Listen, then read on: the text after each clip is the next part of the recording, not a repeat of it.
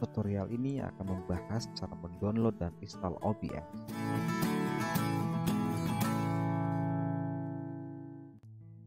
Oke, video ini adalah video lanjutan dari video tutorial saya sebelumnya mengenai pengetahuan dasar software broadcasting recording dengan OBS. Anda bisa ngecek link di bawah deskripsi video ini untuk melihat video tersebut. Oke, bagaimana korelasi YouTube dengan OBS? Oke, seperti kita tahu ya, bahwa YouTube saat ini memberikan banyak peluang kepada siapapun untuk menjadi broadcasternya, sehingga kita memerlukan software untuk menggabungkan konten-konten yang kita miliki. Mungkin hanya merekam potongan-potongan kecil dari kamera, atau mungkin juga bisa membuat sesuatu yang lebih rumit yang menggunakan banyak sumber data grafis. Nah, OBS Studio ini tidak hanya merekam langsung dari webcam atau mikrofon, tapi juga bisa memasukkan cuplikan dari video game yang kita mainkan. Juga kita bisa menambahkan beberapa video atau gambar atau recording jendela ataupun recording dari beberapa bagian layar kita, dan banyak lagi sumber yang kita bisa insert. Nah, OBS ini adalah nama resminya adalah OBS Studio dan situs resminya adalah obsproject.com. Saat ini rilis terbaru adalah versi 25 ya kalau nggak salah, yaitu dirilis tanggal 26 April 2020. Nah, OBS Studio ini juga bisa diinstal untuk Windows, di Mac ataupun Linux. Nah, OBS ini merupakan program streaming, recording, dan juga closed platform, dan tentunya gratis dan open source. Nah, bagaimana dengan sistem requirement OBS? Oke, hal ini perlu kita perhatikan karena memang ini akan menentukan bagaimana kita lancarnya menginstal OBS, dan juga menentukan bagaimana kenyamanan kita nanti dalam mengolah proyek-proyek kita. Nah, OBS ini tentunya kompatibel dengan Windows, Mac, dan Linux, dan prosesornya ini harus memenuhi minimum requirement seperti AMD FX series, kemudian Intel 2000 series, dan juga DirectX compatible. Kemudian paling tidak itu harus memiliki 4 GB RAM ya. Terus bagaimana dengan Windows?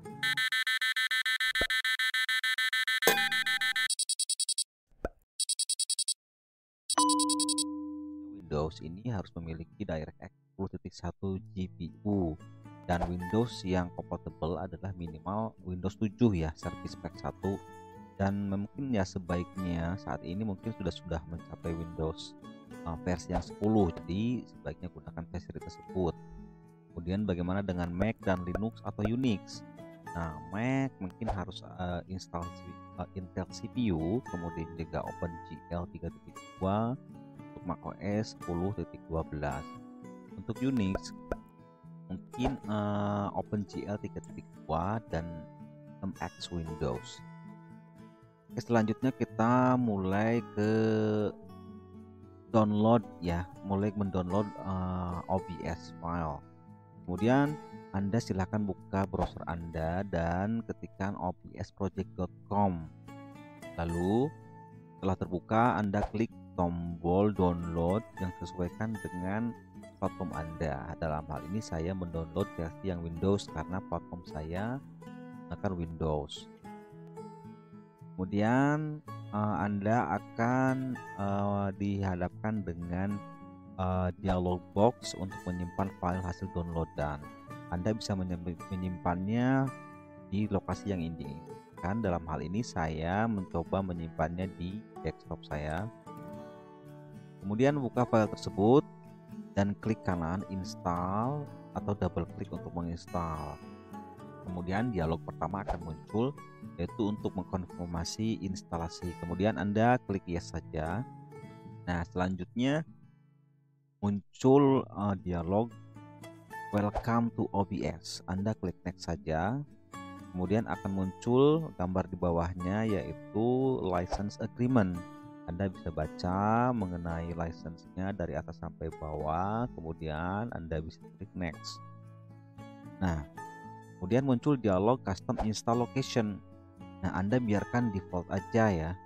Anda mungkin ya untuk selanjutnya mungkin Anda kalau sudah paham Anda bisa menginstal di lokasi yang berbeda, namun nanti ada settingan khusus yang harus dilewati. Kemudian klik next saja. Kemudian muncul dialog berikutnya yaitu choose komponen. Nah, biarkan ini seperti ini aja, yaitu hanya mencek list OBS Studio. Untuk plugin biarkan tidak dicek karena nanti plugin ini mungkin akan ada beberapa setting dan mungkin saya akan coba jelaskan di tutorial berikutnya agar tidak ada masalah pada saat perinstalan. Jadi biarkan untuk plugin jangan diinstal dulu.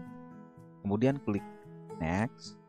Nah, selanjutnya biarkan proses instalasi sampai selesai. Nah, di akhir instalasi maka akan muncul completing OBS setup. Nah, Anda tidak usah mencentang menjalankan OBS karena nanti kita akan mencoba menjalankan dari menu start window. Nah, ini untuk meyakinkan bahwa Windows sudah maksudnya bahwa OBS ini sudah terinstall di Windows Anda. Oke, proses instalasi selesai dan selanjutnya kita tinggal mencoba membuka OBS. Nah, berikut adalah tampilan OBS. Nah, kita akan preview beberapa bagian yang bisa kita pelajari di sini untuk mengetahui fungsi fungsionalnya. Nah, fungsi pertama ini adalah scene item transform, di mana kita bisa mengubah objek atau media yang tidak insert ini, misalnya untuk rotate, untuk mengubah posisi, untuk mengubah skala dan lainnya. Kemudian ini adalah scene area ya, dimana kita bisa mengatur jumlah scene yang unlimited dan bisa di switch dari scene satu ke scene yang lain secara mulus ya, dengan nanti settingan transisi. Kemudian ini adalah panel audio mixer. Nah, mixer ini dengan filter per sumber media, nanti Anda bisa mengatur noise gate, noise suppression, dan gain dan hal lainnya, sangat banyak sekali pengaturannya. Kemudian ada opsi konfigurasi yang sangat mudah digunakan untuk menambah sumber atau source baru, kemudian juga bisa menduplikat scene yang sudah ada dan menyesuaikan propertinya sesuai dengan keinginan Anda dan tentunya dengan sangat mudah. Kemudian ini adalah tampilan setting atau tampilan pengaturan. Panel ini sangat efisien kalau menurut saya ya, karena memberikan akses ke beragam pilihan konfigurasi untuk mengubah setiap aspek streaming atau rekaman. Kemudian selanjutnya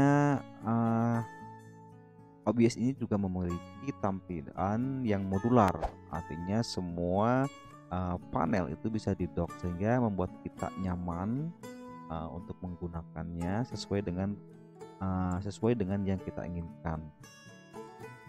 Kemudian OBS ini juga memiliki pilihan transisi yang beragam, di mana transisi ini kita bisa lakukan atau kita bisa menggunakan untuk berpindah dari scene satu ke scene yang lain. Dan bagaimana pengaturan hotkey? Nah, saya coba bahas sedikit tentang hotkey. Hotkey ini mungkin bagi Anda yang belum kenal apa itu hotkey. Hotkey di sini adalah shortcut keyboard ya, dimana shortcut ini bisa digunakan untuk semua jenis aksi seperti beralih dari adegan satu ke adegan yang lainnya. Misalnya memulai atau menghentikan, mempause streaming atau recording, atau mematikan sumber audio. Nah, saya juga dalam hal ini selalu menggunakan hotkey. Nanti Anda bisa membuat hotkey sendiri, misalkan mengkombinasikan antara Ctrl Shift 1, Ctrl Shift A atau B atau lainnya. Kemudian OBS ini juga mempunyai studio mode atau mode studio.